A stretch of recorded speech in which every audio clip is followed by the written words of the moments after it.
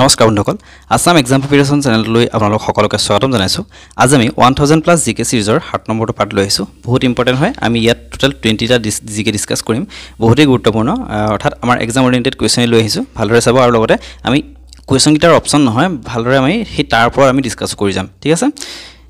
আৰু আমি মেথছৰ ভিডিও দি আছো আপোনালোকে ভালদৰে চাব ইংলিছৰ দুইটা ভিডিও দি আছো আৰু মেথছৰ মেইনলি চাব কাৰণ মেথছৰ আপোনালোকৰ এক্সাম ওৰিয়েন্টেড যিখিনি কোৱেশ্চন ট্ৰিক্স লগাই কৰিব পাৰে অৰ্থাৎ আপোনাৰ এজ ৰিলেটেড কোৱেশ্চন বা আপোনালোকৰ সিম্পল ইন্টাৰেষ্ট সেইখিনিটো আছেই বাৰু সেইখিনি পোৱাগে নাই বাট এজ ৰিলেটেড যিখিনি ৰেশিও প্ৰপৰ্চনেল কোৱেশ্চন আছে সেইবিলাক আপোনালোকৰ বহুত ট্ৰিক্স লগাই কম সময়ৰ ভিতৰতে মানে ট্ৰিক্স লগাই পেলাই আপোনালোকক শিকাই আছো বা দি আছো সেইখিনি ভালদৰে চাব আপোনালোকে আৰু প্ৰেক্টিছ কৰি যাব নিশ্চয় ভাল মাৰ্কছ পাব ঠিক আছে আজি আমি জিকেৰ কোৱেশ্চন লৈ আহিছো 106 number question কাৰণ আগৰ আমি ভিডিওত 105 লৈকে দিলো এনৰে চলি যাব ইয়াৰ কৈছে Assam Petrochemicals Assam Gas Company and NIPCO are located in which districts of Assam Assam Petrochemicals Assam Gas Company আৰু NIPCO অসমৰ কোন জিলাত অৱস্থিত ইয়াৰ শুদ্ধটো হৈছে অপচন ডি ডিব্ৰুগড় জিলাত এই NIPCO Assam Gas Company আৰু Assam Petrochemicalsৰ কি হয় কেমিকেলছ আছে ঠিক আছে আৰু এই মনৰ খাব এই NIPCOৰ ফুল ফৰ্মটো আহিব পাৰে ঠিক আছে NIPCO ঠিক আছে NIPCOৰ ফুল ফৰ্ম হৈছে north eastern electric power corporation limited ঠিক আছে মই লিখি দিছো বাৰু north eastern electric power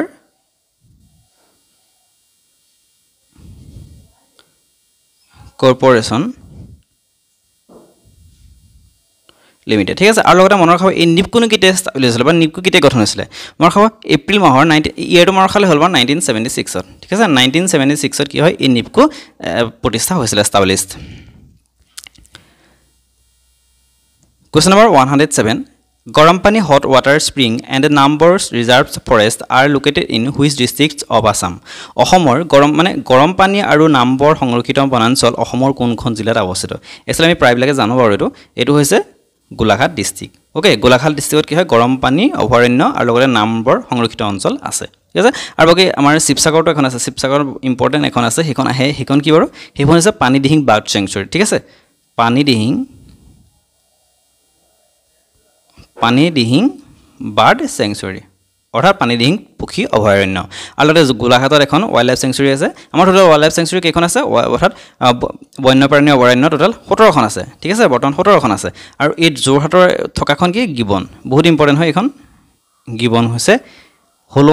হলুঙাপাৰ gibbon বুলি কয় গিবন হৈছে যোৰহাটৰ এখন কি হয় বন্যপ্ৰাণী অভয়াৰণ্য ঠিক আছে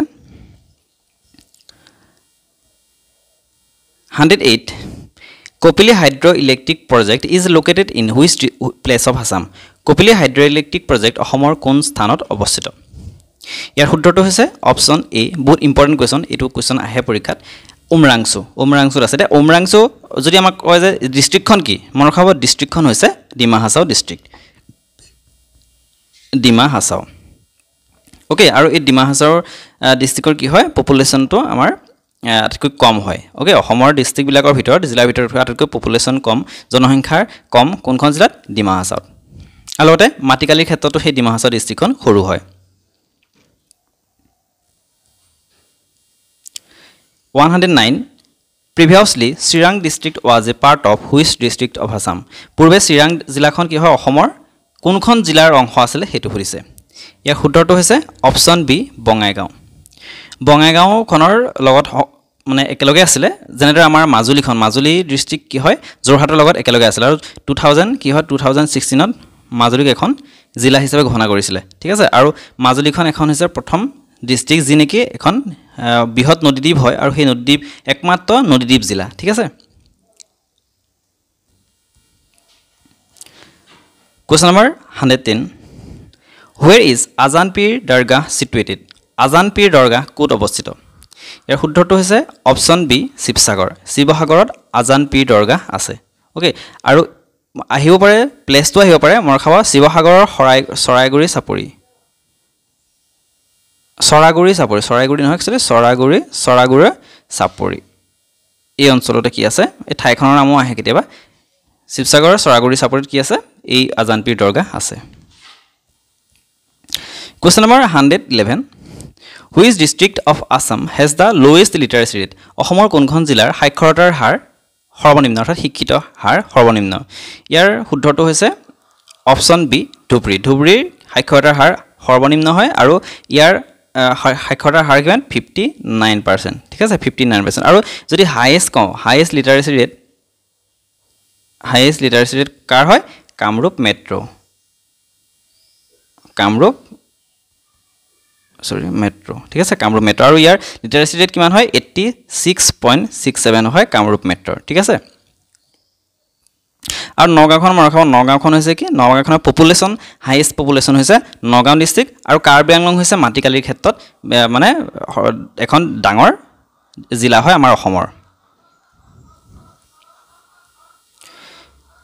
112 What is the population density of Assam according to 2011 census 2011 চনৰ লোকপিয়ল অনুসৰি অসমৰ জনসংখ্যাৰ ঘনত্ব কিমান এ হৈছে option B 398 people per square kilometer অৰ্থাৎ প্ৰতি বৰ্গ কিলোমিটাৰ কিমান হয় 398 জন জনসাধাৰণ বা 98 জন মানুহ আছে ঠিক আছে অৰ্থাৎ 398 per square kilometer আৰু যদি কয় যে আমাৰ ইণ্ডিয়াৰ কথা যদি কয় ইণ্ডিয়াৰ পপুলেশন ডেন্সিটি কিমান মৰা খাব ইণ্ডিয়াৰ পপুলেশন ডেন্সিটি হৈছে 382 people per square kilometer ঠিক আছে 382 people per square kilometer আৰু লগতে আমাৰ ষ্টেট ওয়াইজ ফুৰিব পাৰে যে হাইয়েষ্ট population density কোনখন ষ্টেটৰ হয় হাইয়েষ্ট population density হৈছে বিহাৰ ওকেমৰ খাব হাইয়েষ্ট population density বিহাৰ আৰু বিহাৰ কি হয় প্ৰতি বৰ্গ কিলোমিটাৰ কিমান কৈ থাকে 1126 100 কিছুমানৰ 1102 আছে কিছুমানৰ 1106 আছে অৰ্থাৎ ইয়াৰ ওচৰ পাজৰে আৰু ইমান আৰু লগতে লোৱেষ্ট পপুলেশন ডেন্সিটি কোৰ হয় লোৱেষ্ট পপুলেশন ডেন্সিটি হৈছে অৰুণাচল প্ৰদেশ নৰ্থ ইষ্টৰ অৰুণাচল প্ৰদেশ ঠিক আছে পপুলেশনৰ কথা কোৱা নাই পপুলেশন ডেন্সিটি কথা কৈছো অৰ্থাৎ জনসংখ্যাৰ ঘনত্ব 113 the Mongolians entered Assam through which road কোন পথেৰে মংগোলিয়ানসকল অসমত প্ৰৱেশ কৰিছিল ইয়াৰ শুদ্ধটো হৈছে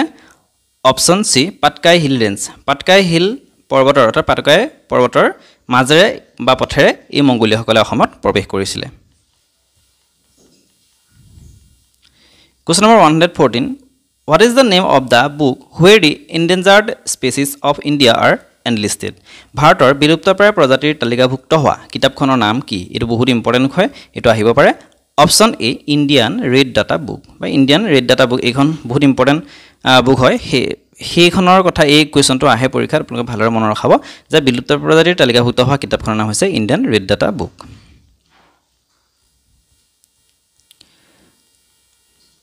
115 It is a which of the following is not a elephant reserves of Assam. তলৰ কোনখন অসমৰ হাতী সংৰক্ষিত বনাঞ্চল নহয় টোটাল আমাৰ অসমত কিমানখন হাতী সংৰক্ষিত বনাঞ্চল আছে 5খন আছে ঠিক আছে তাৰ ভিতৰ ইয়াৰ কোনখনৰ সুধিছে ইয়াৰ শুদ্ধটো হৈছে অপচন এ ওৰাং এলিফেন্ট ৰিজাৰ্ভ বুলি নাই অৰ্থাৎ ওৰাং ৰাষ্ট্ৰীয় উদ্যান আছে অৰ্থাৎ ওৰাংখন কি হয় এলিফেন্ট ৰিজাৰ্ভ নহয় টাইগাৰ ৰিজাৰ্ভ হয় ঠিক আছে ওৰাংখন এখন টাইগাৰ ৰিজাৰ্ভ হয় আৰু এলিফেন্ট ৰিজাৰ্ভ নহয় ওকে আৰু বাকি সোনিতপুৰ এলিফেন্ট ৰিজাৰ্ভ চিৰাং ৰিপু এলিফেন্ট ৰিজাৰ্ভ এইখন একচুয়ালি কি মানস নেশনেল পাৰ্কৰ লগত আছে দিহিং পাটকাই এলিফেন্ট ৰিজাৰ্ভ ঠিক আছে আৰু দুখন আছে সেই দুখনৰ মনত ৰাখিব কাজিৰঙা কাৰ্বি আংলং এলিফেন্ট ৰিজাৰ্ভ আৰু ধনচিৰি লাংডিং এলিফেন্ট ৰিজাৰ্ভ ঠিক আছে কাজিৰঙা কাৰ্বি আংলং এলিফেন্ট ৰিজাৰ্ভ আৰু ধনচিৰি Lumding elephant reserve Question number 116 What is the name of the project through which one-horned rhinoceros has been reintroduced in the Manas National Park? মানস ৰাষ্ট্ৰীয় উদ্যানত যেটো প্ৰকল্পৰ জৰিয়তে এটা হিংযুক্ত গড়ক পুনৰ প্ৰৱৰ্তন কৰা হৈছে তাৰ নাম কি অৰ্থাৎ কি মানস নেশনেল পাৰ্কক এক হিংযুক্ত গড়ক পুনৰ প্ৰৱৰ্তন কৰা হৈছিল আৰু সেই প্ৰকল্পটোৰ নাম কি এটা প্ৰকল্পৰ জৰিয়তে অৰ্থাৎ প্ৰজেক্টৰ জৰিয়তে ইয়াৰ শুদ্ধটো হৈছে option B Indian rhino vision 2020 এটো মোস্ট ইম্পৰ্টেন্ট কোৱেশ্চন হয় মনত ৰাখিব মানস ৰাষ্ট্ৰীয় উদ্যানত কি হয় এই ইণ্ডিয়াৰ ৰাইনো ভিজন 2020 প্ৰকল্পৰ জৰিয়তে এক হিংযুক্ত গড়ক পুনৰ প্ৰৱৰ্তন কৰা হৈছে 117 How many wildlife sanctuaries are there in Assam? অসমত কিমানখন বন্যপ্ৰাণী অভয়াৰণ্য আছে ইয়াৰ শুদ্ধটো হৈছে অপশ্যন 17 17খন বন্যপ্ৰাণী অভয়াৰণ্য আছে আগতে 18খন আছিলে আৰু দিহিংপাটকা এখন বন্যপ্ৰাণী অভয়াৰণ্য আছিলে আৰু 2021 চনত কি হয় এইখনক এখন নেশ্যনেল পাৰ্কলৈ উন্নীত কৰা হৈছে গতিকে বৰ্তমান ৱাইল্ড লাইফ চেঞ্চুৰী অৰ্থাৎ বন্যপ্ৰাণী অভয়াৰণ্য 17খন আৰু বন্যপ্ৰাণী অভয়াৰণ্য বা নেশ্যনেল পাৰ্ক সেইবিলাকৰ বিষয়ে মই কমপ্লিট ভিডিঅ' বনাই থোৱা আছে আপোনালোকে ভালদৰে চাব আৰু লগতে অভয়াৰণ্য কেৱল অসমৰ নহয় গোটেই নেশ্যনেল পাৰ্ক ইণ্ডিয়াৰ গোটেইখিনি বনাই থোৱা আছে প্ৰায়বিলাক ষ্টেটৰ মই ডেছক্ৰিপশ্যনতে ভিডিঅ'ৰ লিংকটো দি দিম আপোনালোকে তাত গৈ চাব পাৰে 118 Which one of the following state has the highest per capita income in North East India? তলৰ কোনখন ৰাজ্যৰ জনমূৰি আয় উত্তৰ পূৰ্বাঞ্চলৰ ভিতৰত সৰ্বাধিক ইয়াৰ শুদ্ধটো হৈছে অপশ্যন সি ছিকিম ছিকিমৰ জনমূৰি আয় সৰ্বাধিক এটা কিন্তু জনমূৰি আয় কি ওকে জনমূৰি আয় কি হয় কোনো ভৌগোলিক অঞ্চলত যেতিয়া প্ৰতিজন ব্যক্তিয়ে উপাৰ্জন কৰা ধনৰ পৰিমাণৰ পৰিমাপে হৈছে সেই জনমূৰি আয় ওকে অৰ্থাৎ জনমূৰি আয়ৰ সহায়ত কি হয় কোনো এলেকাৰ বা সেইখন ষ্টেটৰ বা ৰাজ্যৰ প্ৰতিজন ব্যক্তিৰ গড় আয় নিৰ্ণয় কৰা হয় আৰু সেই জনসংখ্যাৰ জীৱন ধাৰণৰ মানদণ্ড আৰু জীৱনৰ মানদণ্ডৰ হি মূল্যায়ন কৰা হয় আৰু তাৰ ভিতৰত যিখন হাইয়েষ্ট থাকিব অৰ্থাৎ যাৰ আয় বেছি সেইখনেই হৈছে আপোনাৰ হাইয়েষ্ট পাৰ কেপিটা ইনকামৰ ষ্টেট ঠিক আছে আৰু সেইখন হৈছে আমাৰ নৰ্থ ইষ্টৰ ক্ষেত্ৰত Sikkim 119 Which of the following is not a tributary of Borak River? তলৰ কোনখন বৰাক নদীৰ উপনৈ নহয় ইয়াৰ শুদ্ধটো হৈছে অপশ্যন সি কামেংখন ব্ৰহ্মপুত্ৰ বৰাকৰ উপনৈ নহয় বাকি বৰাকৰ উপনৈ কেইখন বাকি কেইখনৰ নাম মনত ৰাখিব জিৰি কি হয় বৰাকৰ এখন উপনৈ সুৰমা বৰাকৰ এখন উপনৈ আৰু কাটাখাল বৰাকৰ এখন উপনৈ আৰু কামেংখন কি হয় কামেংখন অৰুণাচল প্ৰদেশত কামেং নদী আছে আৰু সেই কামেং নদীখন আমাৰ কি হয় ব্ৰহ্মপুত্ৰত পৰিছে অৰ্থাৎ অসমত প্ৰৱেশ কৰিছে আৰু অসমত প্ৰৱেশ কৰি পেলাই কামেংখনৰ নাম লৈছে জিয়া ভৰলী ঠিক আছে এটো আহে যে কামেংখনক অসমত কি নামেৰে জনা যায় কামেং নদীখনক জিয়া ভৰলী নামেৰে জনা যায় আৰু সেই জিয়া ভৰলী ক'ত পৰিছেহি ব্ৰহ্মপুত্ৰত পৰিছেহি ঠিক আছে 120 What divides Karbi Anglong into two divisions? Karbi Anglong কিহৰ দ্বাৰা দুভাগ কৰা হৈছে দুভাগত বিভক্ত কৰা হৈছে এই শুদ্ধটো হৈছে অপশ্যন বি কপিলি ৰিভাৰখনে কি হয় কাৰ্বি আংলং কি হয় দুটা ভাগত ভাগ কৰিছে অৰ্থাৎ কাৰ্বি আংলংখনৰ মাজেৰে এই কপিলি নদীখন বৈ আহিছে যেনেদৰে অসমখনক কি হয় উত্তৰ আৰু দক্ষিণ হিচাপে ব্ৰহ্মপুত্ৰখনে কি হয় একদম মাজেৰে বৈ গৈছে তেনেকৈ কাৰ্বি আংলংখনৰ মাজেৰেও সেই কপিলি নদীখন বৈ আহিছে আৰু কি হয় কাৰ্বি আংলং দুটা পাৰ্টত ভাগ কৰি দিছে question number 121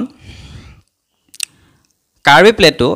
is the extended part of which Plato in India Karbi মালভূমি ভাৰতৰ কোনটো মালভূমিৰ বিস্তৃত অংশ অৰ্থাৎ কি হয় এই চুটানাগপুৰ মালভূমি যে চুটানাগপুৰ মালভূমি মেঘালয়ৰ সেই চুটানাগপুৰ মালভূমি আমাৰ কাৰ্বি আংলং ডিষ্ট্ৰিক্টলৈকে বিস্তৃত হৈ আছে আৰু সেই যিটো কাৰ্বি প্লেটো হৈছে সেই চুটানাগপুৰ প্লেটোৰ এটা অংশ মনত ৰাখিব ইম্পৰ্টেণ্ট কুৱেশ্যন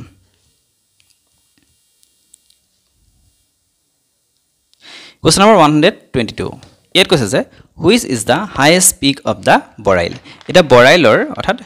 বৰাইল ৰেঞ্জৰ সৰ্বোচ্চ শৃংগ কোনটো একচুয়ালি ইয়াৰ অপচনত বস্তুটো নাই একচুয়ালি ইয়াৰ মনৰ খাব অপচনত লিখা থাকি গল লেইকি হৈছে কি হয় বৰাইল ৰেঞ্জৰ বৰাইল পৰ্বতমালাৰ সৰ্বোচ্চ শৃংগ আৰু ইয়াৰ উচ্চতা হৈছে 1959 মিটাৰ ঠিক আছে আৰু সেকেন্ডত আছে এই থেইপিবাং যেটো শৃংগ হেতু হৈছে সেকেন্ড হয় কিন্তু হাইয়েষ্ট ইয়াত হৈছে হাইয়েষ্ট পিক হৈছে লেইকি ঠিক আছে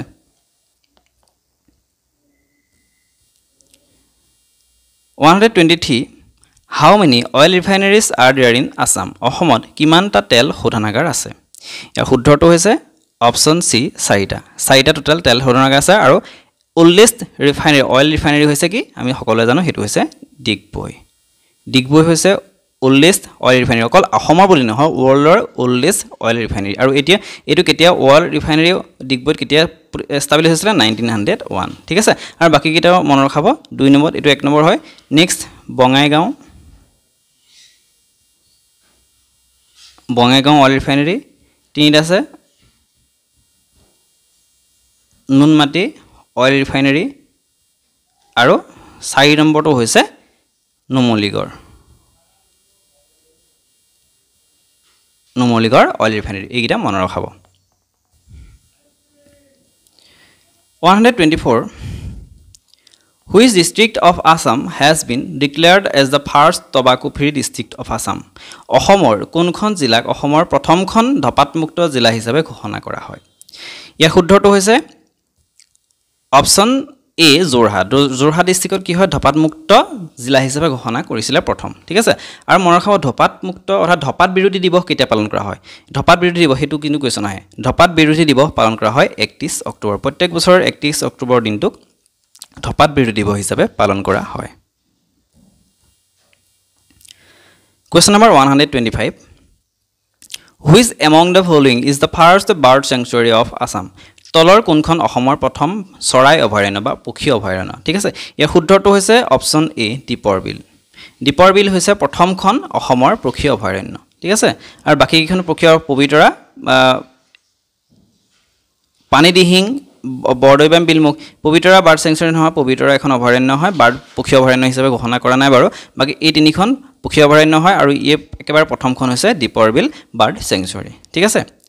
আজিৰ ভিডিঅ'টো ইমানেই। যদি আপোনালোকে কুৱেশ্যনখিনি ভাল পাইছে লাইক কমেণ্ট শ্বেয়াৰ কৰিব, আৰু লগতে যদি কোনোবা নতুন হয় তেনেহ'লে চেনেলটো ছাবস্ক্ৰাইব কৰি দিব, আৰু লগতে বন্ধুবৰ্গলৈ শ্বেয়াৰ কৰি দিয়ক। ভালদৰে প্ৰিপেৰেশ্যন কৰক, আৰু মেথছৰ প্ৰেক্টিছ কৰি থাকিব। আৰু মেথছৰ প্ৰেক্টিছ কৰি পেলাই আপোনালোকে কেনেকুৱা পাইছে বা মেথছখিনি কেনেকুৱা পাইছে মোক কমেণ্ট বক্সত জনাব। আৰু লগতে আপোনালোকে যদি টেলিগ্ৰামত জইন কৰিব বিচাৰিছে মই ডেছক্ৰিপশ্যনতে লিংকটো দি দিম, তাত গৈ জইন কৰিব পাৰিব। ধন্যবাদ।